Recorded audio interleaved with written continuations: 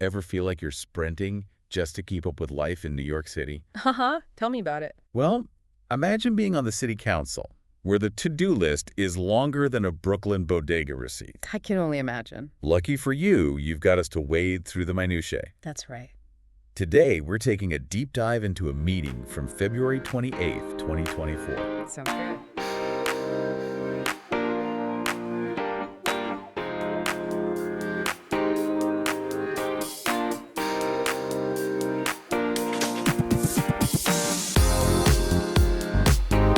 E-bikes, street vendors, Uh-huh. and even a 16th century Italian explorer vying for his own holiday.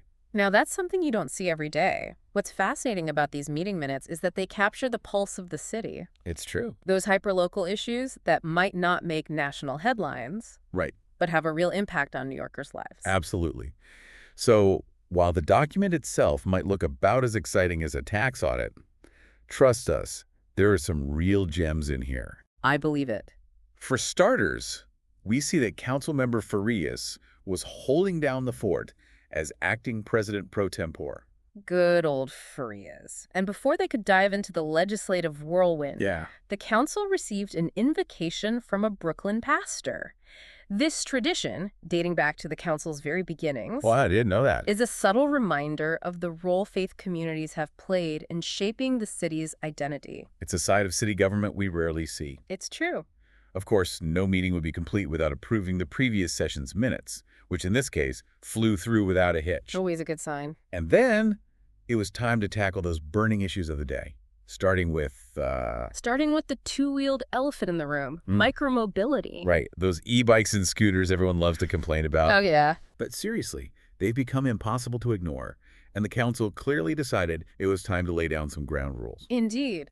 We see a flurry of activity around regulating the sale and operation of these vehicles, with a particular focus on safety. Makes sense. For instance, 19A mandates that shops selling e-bikes display safety information about those lithium-ion batteries that have, shall we say, a tendency to make headlines. Okay, let's unpack this for a second. Why all the fuss about batteries? We know they're powerful. Right. But what makes them such a legislative hot topic? It boils down to a classic tension. Rapid technological advancement coupled with the need to ensure public safety. You see, these batteries are incredibly energy dense, Uh-huh. which is great for propelling you up a steep hill, but not so great if they overheat or get damaged. Oh, I see. There have been incidents, unfortunately, of fires and explosions. Yikes. So this new legislation is basically trying to get ahead of the problem by making sure consumers know what they're dealing with. Exactly. Knowledge is power, especially when it comes to handling potentially volatile technology. How they do that? And it wasn't just about the batteries themselves. The council also took aim at those online marketplaces that have become a haven for, shall we say, less than reputable e-bike sellers. You mean the ones where the brakes might or might not work? Precisely. No. 21A cracks down on these dubious sellers, trying to ensure that the e-bikes and scooters hitting the streets of New York are actually roadworthy. Because, let's face it, navigating this city's traffic is risky enough without adding faulty brakes into the mix. And let's not forget those poor pedestrians who often find themselves playing real-life Frogger. It's all fun and games until someone ends up on the hood of a taxi. But hey, at least you can grab a hot dog from a street vendor while you wait for the ambulance to arrive. Assuming, of course, said vendor hasn't been relegated to the outer boroughs by the new regulations. So how did the council try to find that delicate balance? Without sending all the hot dog carts packing to New Jersey. Yeah, exactly. Well, they started by tackling a major point of contention. Okay. Those bike lanes. Right. Remember, New York City is on a mission to become more bike-friendly, Right. which is great, In theory. in theory, Yeah. but in practice it means carving out space from an already crowded streetscape. For sure. And those bike lanes have become a bit of a battleground, haven't they? Yep. Cyclists weaving around pedestrians, Right. vendors caught in the crossfire. Yeah. It's a recipe for, let's just say it's not pretty. Exactly. And that's where Int Nos 49A, 50A, and 51A come in. Okay. These bills essentially ban vending in bike lanes, aiming to improve safety and reduce congestion for both cyclists and pedestrians. Makes sense. Yeah. But I imagine this sparked some heated debate. Oh, absolutely. After all, for many vendors, that prime real estate next to the bike lane is their livelihood. Absolutely. And this is where those deeper insights come into play. Okay. If we look beyond the surface of these regulations, Yeah. we see the council grappling with bigger questions. Like what? How do you balance competing interests in a city as crowded and dynamic as New York? How do you ensure fairness and opportunity for everyone, from the food cart owner to the bike messenger? These are questions with no easy answers. Sure. But the council's attempt to address them, even in the small slice of legislative action, is what makes these minutes so fascinating. It's like a microcosm of the city itself. Yeah, All these different players vying for their place on the stage. totally. But speaking of vying for a place, can we talk about Giovanni da Verrazzano for a moment? Let's do it. I mean, this guy shows up in the harbor over 500 years ago, and suddenly he's up for his own holiday. RIS 0074-2024, a resolution proposing that April 17th be designated Giovanni da Verrazzano Day. Wow. It's certainly one of the more unexpected items on the council's agenda. To say the least. So what's the backstory here? Did Verrazzano have some powerful descendants lobbying for him? Did someone lose a bet? While the minutes don't delve into the motivations behind the resolution, Okay. it's not entirely out of left field. Okay.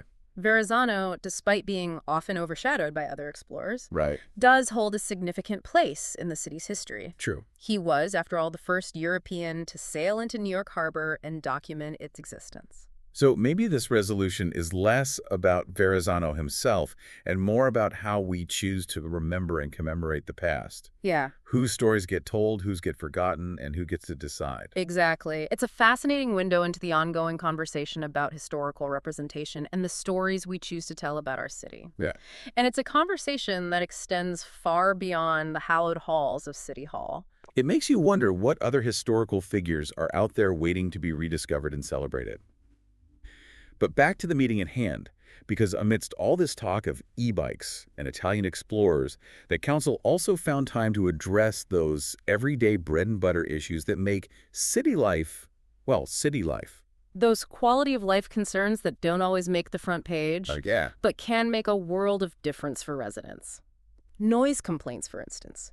It seems some council members are on a mission to bring a little peace and quiet to the city that never sleeps. Maybe they just really, really hate jazz. I'm kidding, of course. Uh-huh. But seriously, those siren noise complaints, while seemingly mundane, point to a larger issue. Okay. The constant sensory overload that comes with living in a dense urban environment. It's a reminder that even in a city as grand and ambitious as New York, sometimes the smallest details, the honking cabs, the rumbling subways, the incessant sirens, can have a big impact on our well-being. It's all about finding that balance, isn't it? Yeah. The energy and excitement of city life, Right. but also those moments of respite and tranquility. For sure.